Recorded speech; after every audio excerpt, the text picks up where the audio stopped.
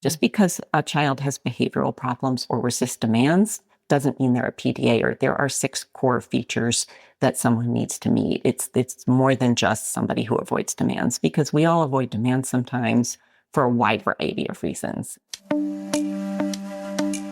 In the ever-evolving landscape of autism assessment, the journey toward understanding and recognizing the spectrum, especially among those with low support needs, is unfolding with new insights.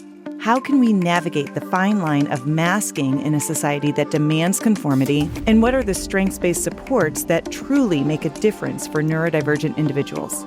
Dr. Donna Henderson, a clinical psychologist and a co-author of the book, Is This Autism? A Guide for Clinicians and Everyone Else, joins us to answer these questions. That's straight ahead on episode 216. I'm Emily Kircher-Morris, and this is the Neurodiversity Podcast. What is neurodiversity? You see the world differently. Autism spectrum. Gifted. Complexities that are inherently inside. ADHD. Dysgraphia. Tourette's. All brains are different. You are exactly what this world needs. This is the Neurodiversity Podcast. Many of you know that I'm the author of several books, including Teaching Twice Exceptional Learners in Today's Classroom. I'm really proud of this book and the impact that it's had on the teachers who use it and the students they serve. You may not realize that we have a companion course for the book that can be used for either individual continuing education or district-wide professional development.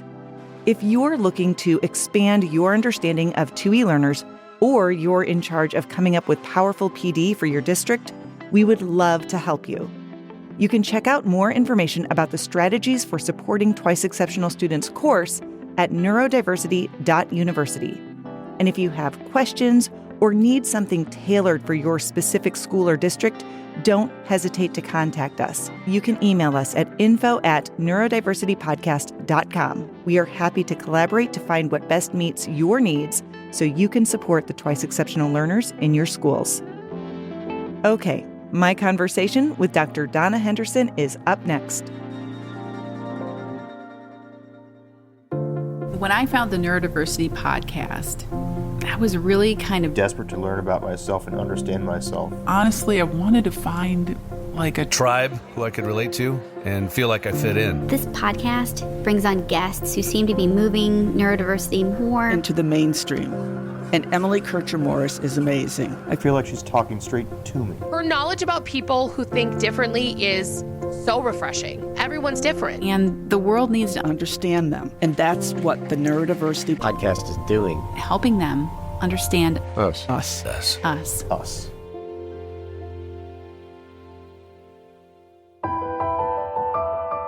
Today, I'm welcoming Dr. Donna Henderson to the podcast. Donna is a clinical psychologist and the author of Is This Autism? A Guide for Clinicians and Everyone Else, and its companion book, Is This Autism? A Companion Guide for Diagnosing. Donna, thank you so much for joining me today with this conversation.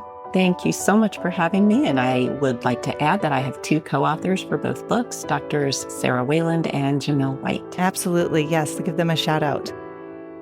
So the assessment process for autism has been evolving as our understanding of autism, especially among those who have low support needs, has changed in recent years. Your work has centered on finding autistic people who have so frequently been missed through the assessment process. Can you talk a little bit about what changes you're seeing being made, both in the assessment process and in advocating for how we recognize and assess autism? Oh my gosh, I feel like the whole world has changed in that regard. You know, when I was in graduate school 30 years ago, there was barely any discussion of autism at all. And if there was, it would have been somebody who had extremely high support needs, who was nonverbal, needed 24-hour care, and that was the end of it. And then it evolved as you well know, into, a much wider variety of people. But I would say 10 years ago, the focus was still very much on people being assessed at dedicated autism centers, primarily using one test that is marketed as a gold standard. And I'm hesitant to even say the name of the test, but I know, I see. Exactly right. Y'all know exactly when I teach professionals. I never have to say the name of the test, right? Everybody knows. And this marketing term, gold standard, really took hold, not just with clinicians, but with the public, with insurance companies, with schools, with lawmakers. It's disturbing, frankly, how much it took hold. And it has become particularly problematic for people who are autistic who were not part of the original focus group for the development of that test, specifically for really bright autistics who camouflage, right? And this test misses a lot of those people. So one of the biggest changes I'm starting to see, not fast enough for me, but at least we're starting, is less of a focus on this test in particular and on test scores in general. And it's less about test scores and rating scale scores and more about understanding somebody's story and understanding somebody's subjective experience. And I think we are finally starting to make that shift. And that's, it gives me a lot of hope. There's so much that you can't capture on just an assessment. How are clinicians adapting? I mean, well, I know some clinicians are adapting and some probably are not. But for the clinicians who are adapting, how are they integrating this newer way of understanding autism into their assessments?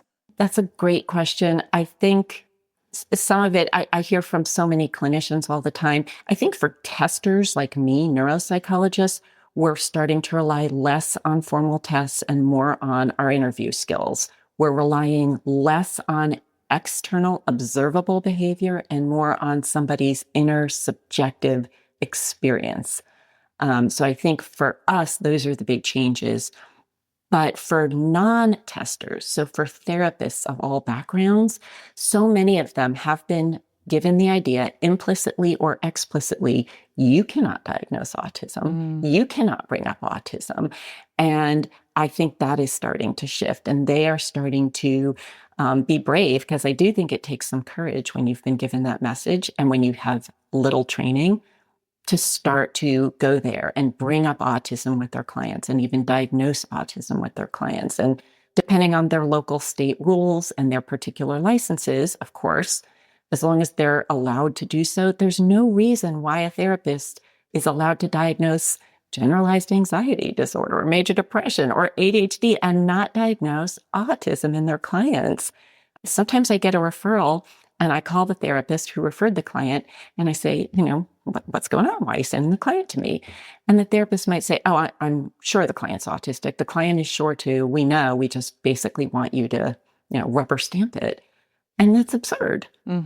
I want to empower therapists to be able to do this work. It's fascinating that you say that. So I live in Missouri, and as a clinician, I'm an LPC, so a licensed professional counselor. And in the rules for our state, under my scope of practice, it specifically says, not only can I, but I should use assessments and interpret assessments and, do all of these things related to assessment and data gathering procedures. However, I am not allowed to diagnose. On the flip side of this, I have to diagnose for anything that goes through insurance. And so it's this very bizarre, circular conversation. So I can put it on paper to the insurance company, but I can't put it on paper to somebody else. And so we have a clinical psychologist that we work with at the office, but we're doing a lot of the legwork as therapists specifically. And I think one of the reasons this is so important, besides not making therapists crazy, is because so many adult autistics have been missed. And I can share, one study in particular that will blow your mind, I think. But it's only one study of many that shows there are so many people out there who are autistic and not identified. And so self-identification is a real thing. And to have that external validation from your therapist, I think is really, really important in these situations, for sure.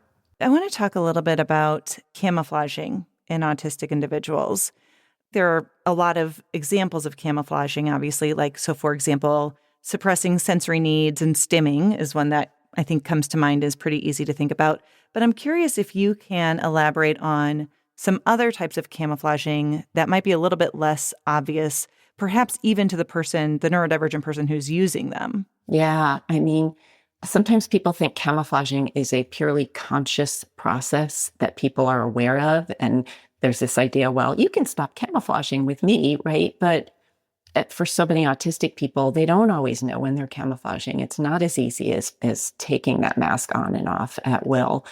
One example that crossed my mind when you said that was from my own neurodivergent autistic daughter, who's 25. And she once, a couple of years ago, we were talking about Christmas, and she said something about the hardest part of Christmas morning. And I said, what are you talking about? What's hard on Christmas morning? That's just fun. And she said, when you open a present and you have to remember to put a happy face on. And I said, do you mean like if you don't like the present, you don't want to hurt the person's feelings? She said, no, even if it's a great present that you love, you have to remember to put the happy face on. You know what I mean? And I said, no, I'm not autistic, by the way. No, I don't know what you mean. Like for me, my face just does what it's going to do. And in moments like that, I don't have to consciously put a happy face on. And she said, well, that sounds easy. It's like those are the subtle little things that you don't even realize. Sometimes people are conscious of them, like your daughter, and can elaborate on them, like when they become aware of them, and can implement those in those social settings. But there are a lot of times when people aren't always aware of them, but then don't always understand why they are getting negative feedback. So an example that I think of that kind of relates to that a little bit is I had a client who was a high school student, brilliant. I mean, I think she got 35 on her ACT or something. I mean, she's just so bright. But she came in to her session. She always was very well prepared. She knew exactly what she wanted to talk about. And this day she came in and she said, I keep getting in trouble at home. I tell my parents something and I'm asking them something, but they say that I'm demanding something. And I don't hear the difference. Like they sound the same to me. She's like, I'm imparting information right to request something. And she's like, my parents want me to request it. And they say I'm demanding it. And we had this whole conversation. And at the very end of it, she looks at me and she goes, well, I hear what you're saying. Doesn't make sense, but I'll try to do it. Right. But she was having to camouflage. She was having to try to mask because even her parents, who were very supportive and understanding, there was like that disconnect. Right. And what jumps out at me about that story is all the onus of responsibility to change is on her. And ideally, that's not how it goes. Ideally, she understands their perspective. So she understands how it comes across to non-autistic people, right? And they understand her perspective, and everybody finds some kind of happy medium that they can all live with. It shouldn't all be on the autistic person to change. And I can tell you a personal story about that. And it's a pretty embarrassing story for me. My kids called me out on this, but they were right. So one night at the dinner table, my non-autistic daughter, my kids are all in their early 20s, my non-autistic daughter and I are both ADHDers, and we sit on one side of the table, and my two autistic kids sit on the other side of the table. So we have the ADHD side and the autistic side, and my husband sits at the head of the table, and he's not part of this particular vignette. So the ADHD daughter was telling a story, which was not the most fascinating story in the world, admittedly, but the other two weren't making any eye contact. They were looking down at their plates. And after a few minutes, as a non-autistic person, I found that sort of disrespectful and offensive, and I didn't like the way it felt. And so I said, hey, autistic side of the table, how about some eye contact over here for the non-autistic side of the table? Because that's how we talk in our family. And they laughed, and we all laughed because, it was a funny moment. And then they put me in my place and said, why should we have to make eye contact just because you want it? And they were right, of course, which doesn't mean I was wrong for wanting eye contact either, right? Everybody has what's comfortable and feels necessary to them. And I think the idea is for all of us to be more conscious of all of this. Like, I don't think about eye contact being effortful for them because they do such a good job with it all the time. I needed them to point out to me, yeah, but this is effortful and unpleasant for us. And we do have the right to not do it once in a while, right? Absolutely. I mean, you're talking about the double empathy problem, right? And so often the neuronormative population expects the neurodivergent people to be the ones who come all the way. Right. I always kind of chuckle because sometimes what is being talked about is to the autistic person. It's like, well, you're being so rigid. Right. But you're insisting that they do it this other way, which again, right, is also kind of rigid. And how do we find what's best for that person?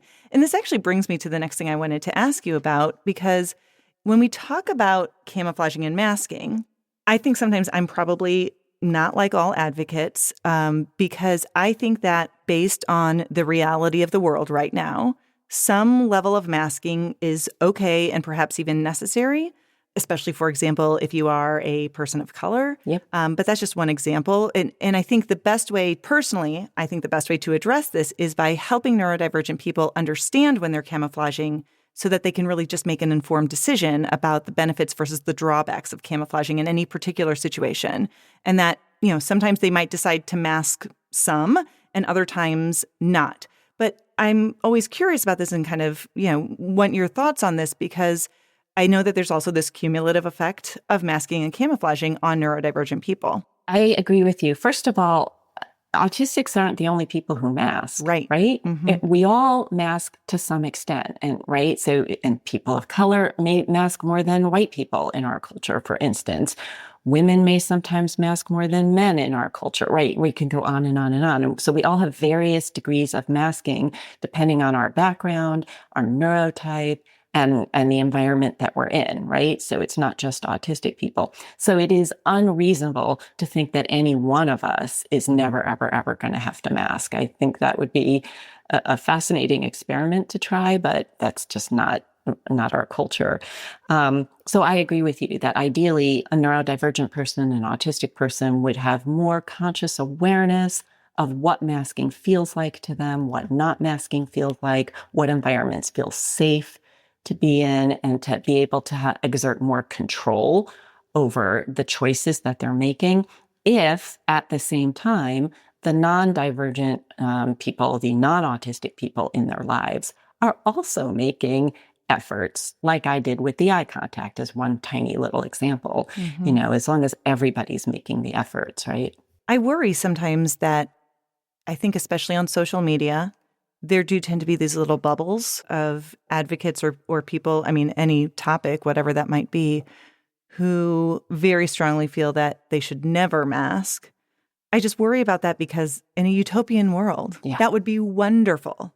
Right. But also that's not where we are.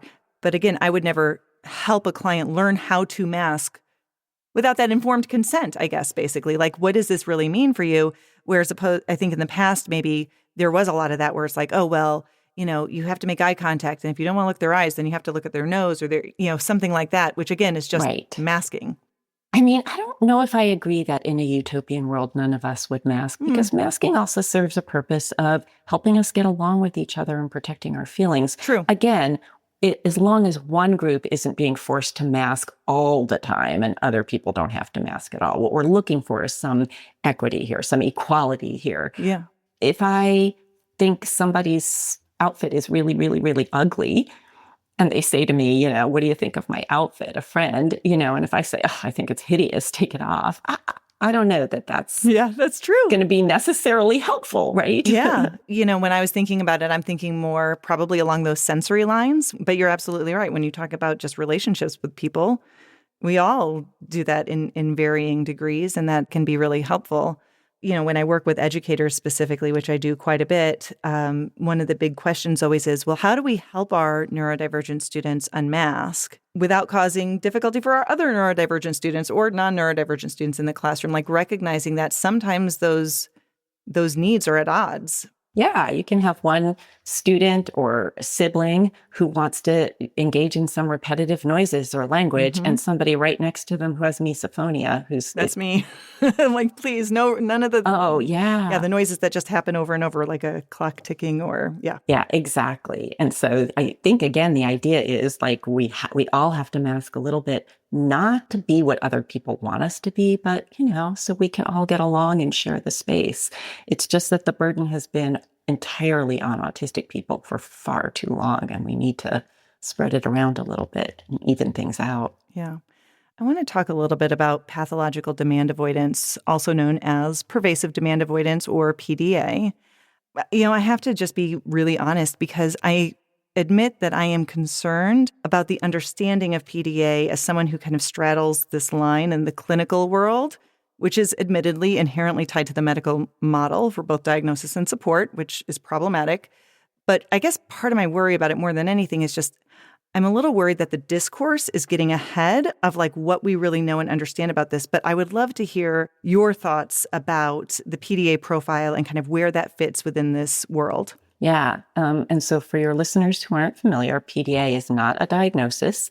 It is theorized to be a subtype of autism, not the majority of people with autism, but a minority of people. It's widely understood and accepted in some countries, like the UK, Australia, but not so much here, although it's very, very rapidly getting some traction here. I prefer pervasive drive for autonomy, which is Tomlin Wilding's interpretation, because that really is what it is. It's not about avoiding demands. And so calling it a pathological demand avoidance is really misleading. And I think if we're going to have really good discourse about this and do good research and strive to understand what it is, we have to all get the concept first. And so many people think it's just somebody who avoids demands. Right. It's specifically somebody who has an overriding biological drive for autonomy. Not control. They don't need to control other people necessarily, but they cannot tolerate the feeling that somebody else might be controlling them. They go into fight, flight, or freeze very, very quickly, seemingly for no reason, when they feel that somebody else is making a demand on them and thereby exerting control over them. And it can be as simple as somebody saying, hey, why don't you go brush your teeth? Or it might be time to eat now, or saying, I love you, with the implicit demand that you'll say, I love you back to me, or saying, how are you feeling today, with the implicit expectation that you will answer me. It can be so subtle. I personally think that this is a very, very real thing. I absolutely have worked with kids and adults who are PDAers. There is no doubt in my mind. I personally have never seen a PDAer who was not also autistic. Some people say it's not part of autism. I think the autism can appear to be quite subtle in some PDAers, but I have never seen one who's not autistic. And I think it's a really, really big deal and a big problem, because these kids are getting labeled often at a young age with things like ODD or intermittent explosive disorder or conduct disorder. And God forbid they're minority boys in particular who are getting those labels. Then things can go south for them really, really quickly, I think, just because of problems in our culture. When it's really their wiring. It is how these people are wired. And I am thrilled that PDA North America has gained such traction. It's growing so unbelievably rapidly because it resonates with people. So I want to be clear about that. And at the same time say that tons and tons of parents reach out to me thinking their kid is a PDAer. And lots of times they're right, but sometimes they're wrong too. Just because a child has behavioral problems or resists demands doesn't mean they're a PDAer. There are 6 core features that someone needs to meet. It's more than just somebody who avoids demands, because we all avoid demands sometimes for a wide variety of reasons. We're tired, we don't feel like it, we don't understand the demand. I could go on and on. I'm curious about how assessment for autism fits with the PDA profile. Like, what are the things you look for in relation to the autism piece when you're assessing somebody who is a PDAer? You mean to determine whether or not they're autistic? Like, let's say they come in, they don't have any label. Or they have labels that... or other, yes, sure. Usually they come in with a bunch of stuff, right? A bunch of labels, that some of which fit and some of which don't. So for autism, I stick very closely to the DSM, Diagnostic and Statistical Manual, diagnostic criteria. Yeah. I will not diagnose somebody unless they meet criteria. And I think the criteria work if you understand how to interpret them, how they manifest, particularly in autistics who camouflage. And I can give you an example. One of the criterion is nonverbal communication. And historically, people think this means somebody who never, ever makes eye contact or has very, very flat affect. But in reality, a lot of people, especially females who are late diagnosed autistic females, have typical eye contact, typical facial expressions, typical gestures. They don't come across as different than a typical female in any other way. But if you ask them their inner experience, they will tell you how effortful or uncomfortable or distracting it is. So if you ask A non-autistic woman about eye contact will say, I don't know. I don't really think about it. It's fine, I guess. It's pleasant. It's useful. I don't know. But if you ask an autistic woman, what is eye contact like for you? You will hear, it's uncomfortable. It's distracting. I hate it. It's effortful. I have tricks. People used to complain about it. Now I'm better at it, but I still wish I didn't have to do it. They'll tell you something. And so understanding that when you're thinking about the criteria, you have to think about it that way. So I do consider all of the autism criteria when I'm thinking about whether or not someone is autistic. And there are 7 main criteria. One is about reciprocal interactions, understanding the back and forth flow, doing that perspective taking. Not just can you do it, but how effortful it is, how much conscious thought you're having to put into it, how exhausting it is, and how much recovery time you need. The second one is about nonverbal communication, as I mentioned. Another example of that would be my daughter consciously putting on a happy face. The third one is about relationship management. And historically, people think, well, do they have friends? Yes. Well, they can't be autistic. It's so much more complex than that. Can they make friends and deepen friendships and maintain those friendships over time? Are they only able to connect with other neurodivergent people? Do they have significant difficulty with conflict management? There's so much more to relationship management than just do they have friends?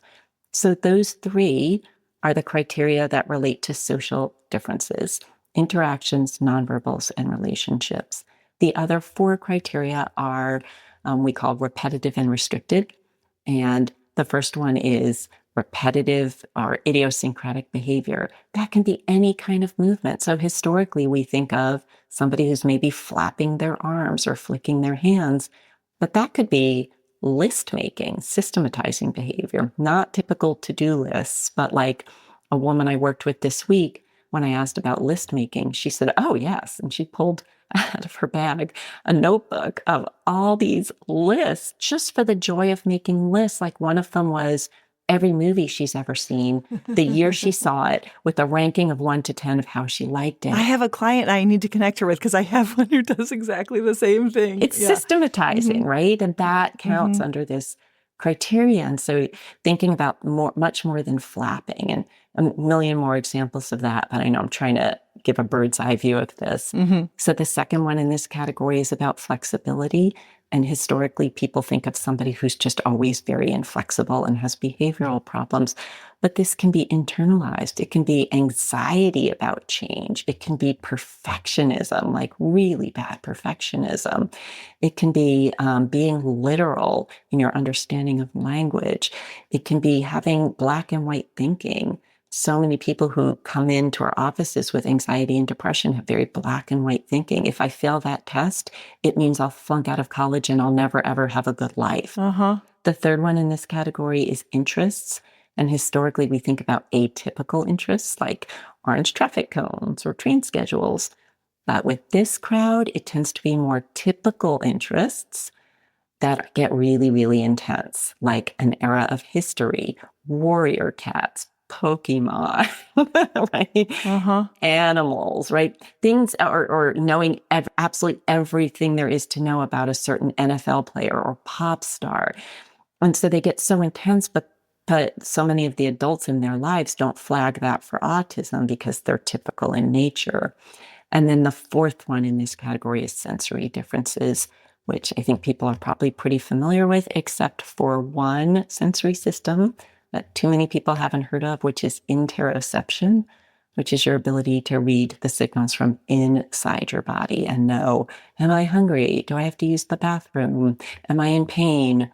Am I happy? Am I angry? Am I anxious? All that sort of thing. So in this category, repetitive behavior, inflexibility, intent or interests, and sensory, you only need 2 of the 4. You don't need all 4. So how does the PDA piece fit into that? Like what makes maybe a PDAer look different than an autistic individual who does not exhibit that drive for autonomy? So like the DSM has the diagnostic criteria. Since PDA is not a diagnosis, we don't call them diagnostic criteria, but there are core features. And there are about 6 core features, and this comes from the PDA Society in the UK, and they haven't changed much since this was first theorized in the mid-1980s. They've been really pretty stable. And the first one is difficulty coping with demands because demands represent a threat to autonomy, not because of the nature of the demand itself. So one of the hallmarks in terms of this feature is even if it's something the person enjoys, even if it's something the person really wants to do, if they feel like someone else is demanding it, they can no longer comply or they can't consistently comply. That is different from demand avoidance because somebody doesn't want to do something, a certain activity or task. Mm-hmm. And it's even tiny little demands, even implicit demands, like I gave you some examples before. So that's the first core feature.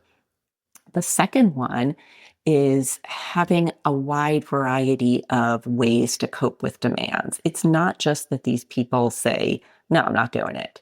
They might negotiate, like an unusual amount of negotiation. Sure, I'll brush my teeth if you put the toothpaste on my toothbrush. Just sort of an atypical level of negotiation and a whole lot of it.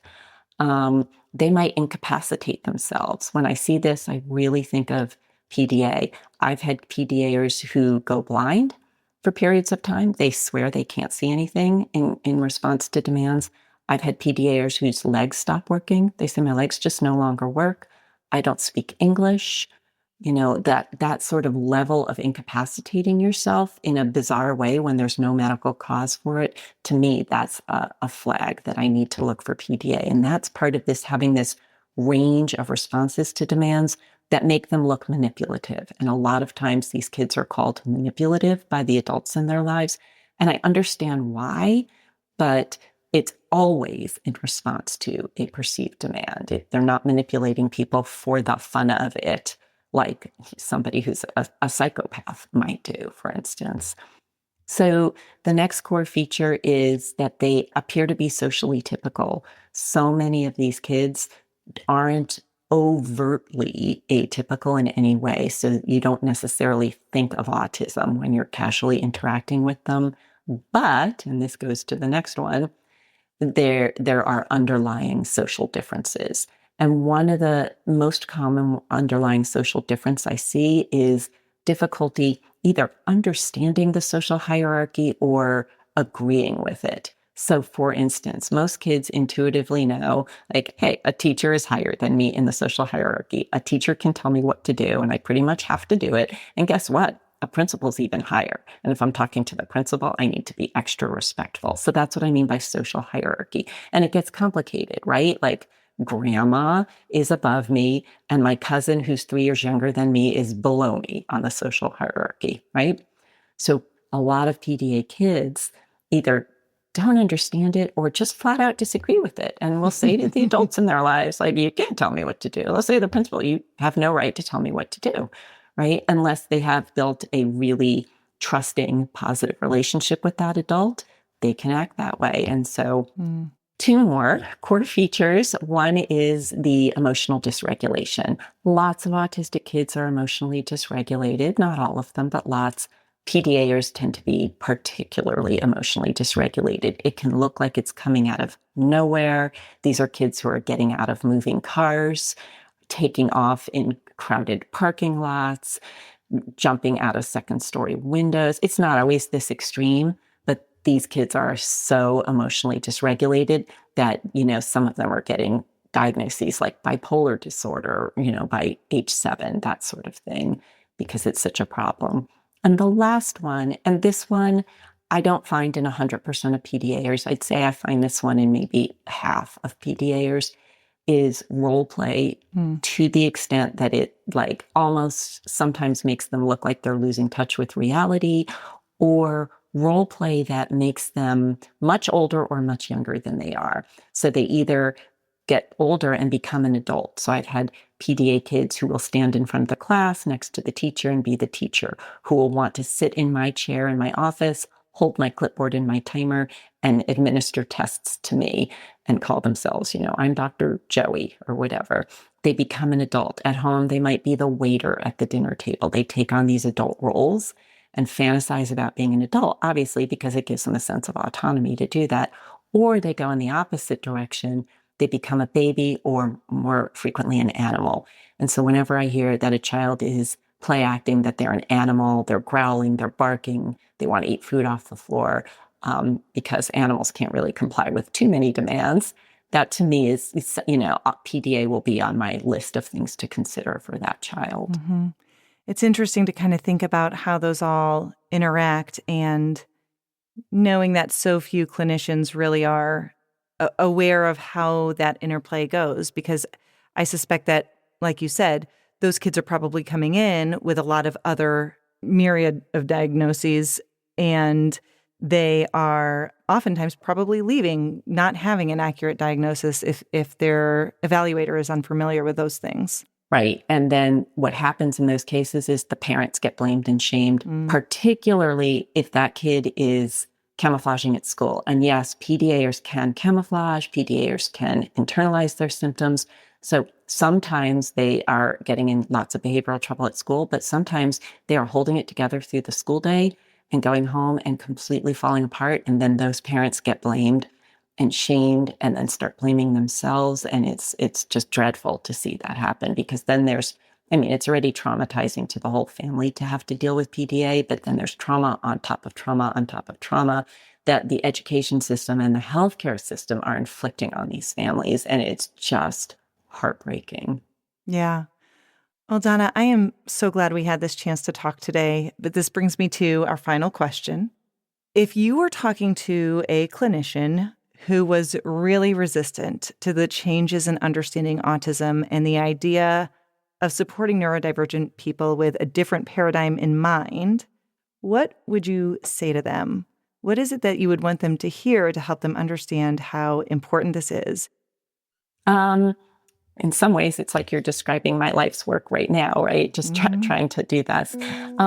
I guess if I could say one thing, it would be to very strongly encourage them to read books or listen to podcasts by late diagnosed autistic people to really understand what it's like, what it can look like. And there's so many great books out there now that are like this. And to not judge this before you understand the actual experience. And nobody can explain that better than late diagnosed autistics themselves. Dr. Donna Henderson, author of Is This Autism? With co-authors Drs. Sarah Wayland and Jennifer White. Thanks so much for your time today. Well, thanks for having me.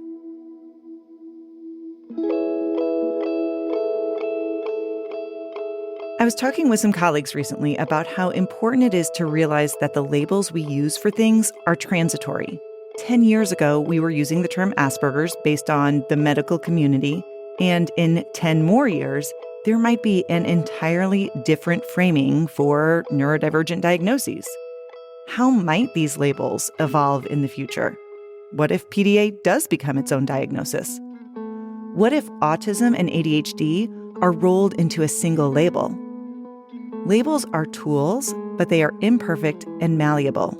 We aren't defined by them, but at the same time, they help us to understand ourselves and others. I'm Emily Kircher-Morris. I'll see you next time on the Neurodiversity Podcast.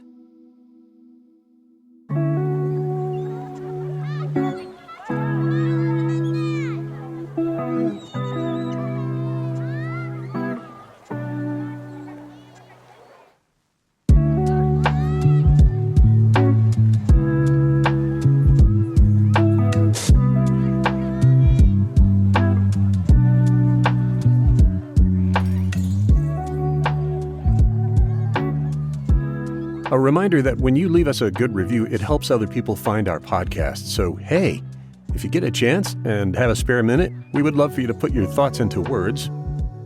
A big thank you to Donna Henderson today. Her presence is appreciated, and you can learn more about her and get her books through the links in the show notes. Our host is Emily Kircher-Morris. Our office manager and social media director is Krista Brown. I'm the executive producer, Dave Morris. For all of us, thank you for listening, and we'll see you next time.